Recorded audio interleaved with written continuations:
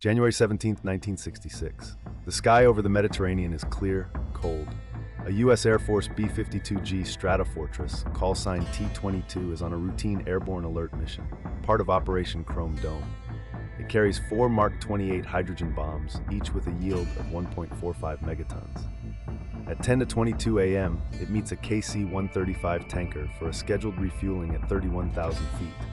The tanker, call sign Gansett 41, approaches from below and behind. The B-52 pilot, Major Larry Messner, thinks the tanker is too close. He radios a warning. It is too late. The tanker's boom strikes the B-52's fuselage. In a split second, a routine rendezvous becomes a fireball. Both aircraft explode. 4 hydrogen bombs fall toward the Spanish coast. No one on the ground knows what is coming. The B-52 had taken off from Seymour Johnson Air Force Base in North Carolina. Its mission: fly to the Mediterranean, loiter near the Soviet border, and be ready to strike targets inside the USSR if the order came. This was the height of the Cold War. Chrome Dome missions kept nuclear-armed bombers airborne 24/7, ready to retaliate within minutes. The crew of 7 pilots, navigators, electronic warfare officers had done this dozens of times. Refuelings were routine. But on this day, the tanker was from the 97th Bombardment Wing, based in Torrejon, Spain. The boom operator, Master Sergeant Emilio Zapatero, was a veteran. Yet the B-52 pilot noted that the tanker approached faster than usual. He called out, "You're too fast." The reply came back, "We've got you." The collision was a matter of seconds. Warnings had been issued. The Air Force knew that mid-air refuelings were dangerous. In 1964, a B-52 had crashed in Maryland during a refueling. Reports noted that the tanker's boom could become unstable at certain speeds. Pilots were trained to abort if the approach was not perfect. But on that January morning, the tanker pilot, Captain Paul Milam, was under pressure to complete the rendezvous quickly. He had been delayed. The B-52 was low on fuel. The 2 aircraft were not communicating clearly. The B-52 pilot later said he saw the tanker drifting left, then right. He warned, "You're coming in too fast." The tanker did not slow. According to declassified documents, the boom operator did not call off the approach. The system that should have prevented the collision, a series of radio checks and visual signals, failed. Human error, compounded by haste, sealed the fate of both crews. The decision to proceed with the refueling was made by Captain Milam. He had been flying tankers for years. The B-52 pilot, Major Messenger, could have broken off. But protocol said the tanker was responsible for the safe approach. Milam believed he could complete the hookup. He did not. At 10:22, the tanker's boom struck the B-52's upper fuselage. The B-52's wing tore open, spilling fuel. The tanker's wings separated. Both aircraft exploded. 7 crewmen died instantly. 4 men survived, 3 from the B-52, 1 from the tanker. As they parachuted toward the sea, the 4 hydrogen bombs fell. 2 bombs not parachutes deployed. 2 did not. 1 bomb landed in the dry bed of the Almanzora River. 1 fell into the Mediterranean. 2 bombs, conventional explosives, detonated on impact, scattering plutonium over the fields of Palomares. The disaster was now a nuclear one. The bombs that detonated did not produce a nuclear yield. Only the conventional TNT charges exploded. But those explosions shattered the warheads, releasing plutonium-239 dust into the air. A cloud of radioactive material drifted over the village of Palomares, population 1,500. The first bomb, found intact near the river, had its parachute tangled in a tree. The second intact bomb had fallen into the sea, its location unknown. The 2 detonated bombs created craters and scattered fragments. The Air Force later estimated that about 4.5 kilograms of plutonium, enough to contaminate a large area, was dispersed. For the villagers, it was just a loud noise and a flash. They had no idea that invisible particles were settling on their crops, their homes, their skin. The U.S. military knew immediately. They did not tell the Spanish government for several hours. They did not tell the public for days.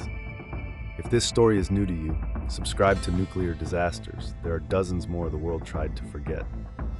Within hours, U.S. Air Force personnel arrived in Palomares. They wore no protective gear. They began collecting soil samples, but did not warn the locals. The Spanish Civil Guard was told to keep people away from the crash sites, but no explanation was given. By the next day, U.S. Ambassador Angier Biddle-Duke was informed. The Pentagon ordered a massive search for the lost bomb in the sea. The U.S. Navy deployed submarines, sonar, and divers.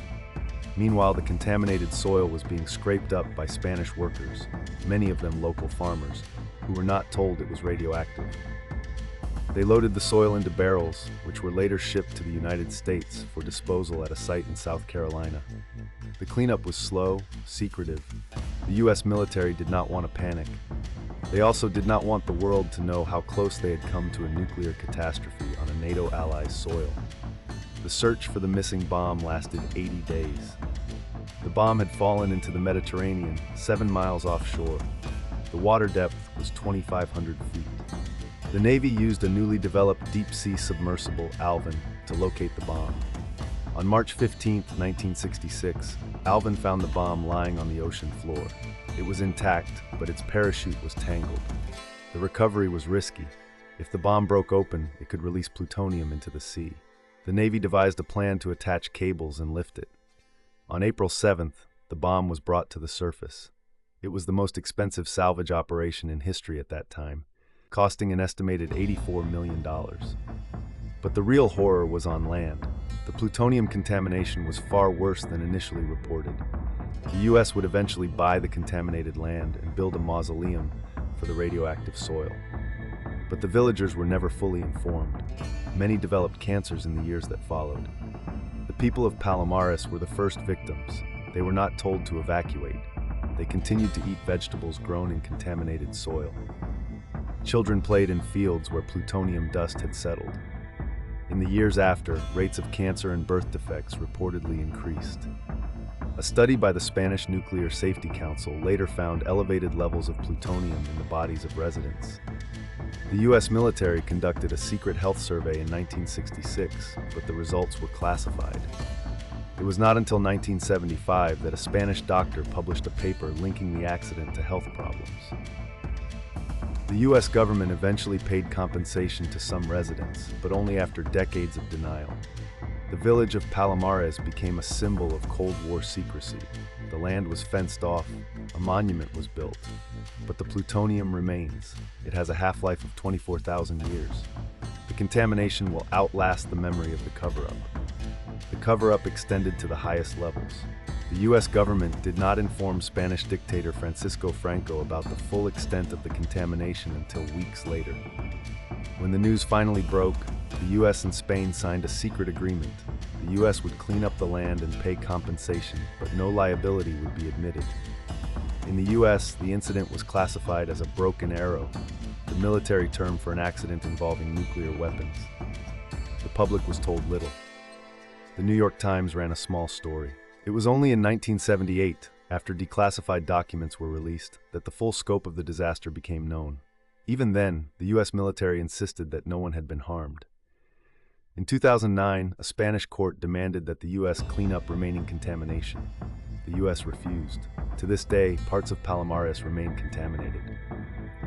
The Palomares Mausoleum holds 4,800 cubic meters of radioactive soil.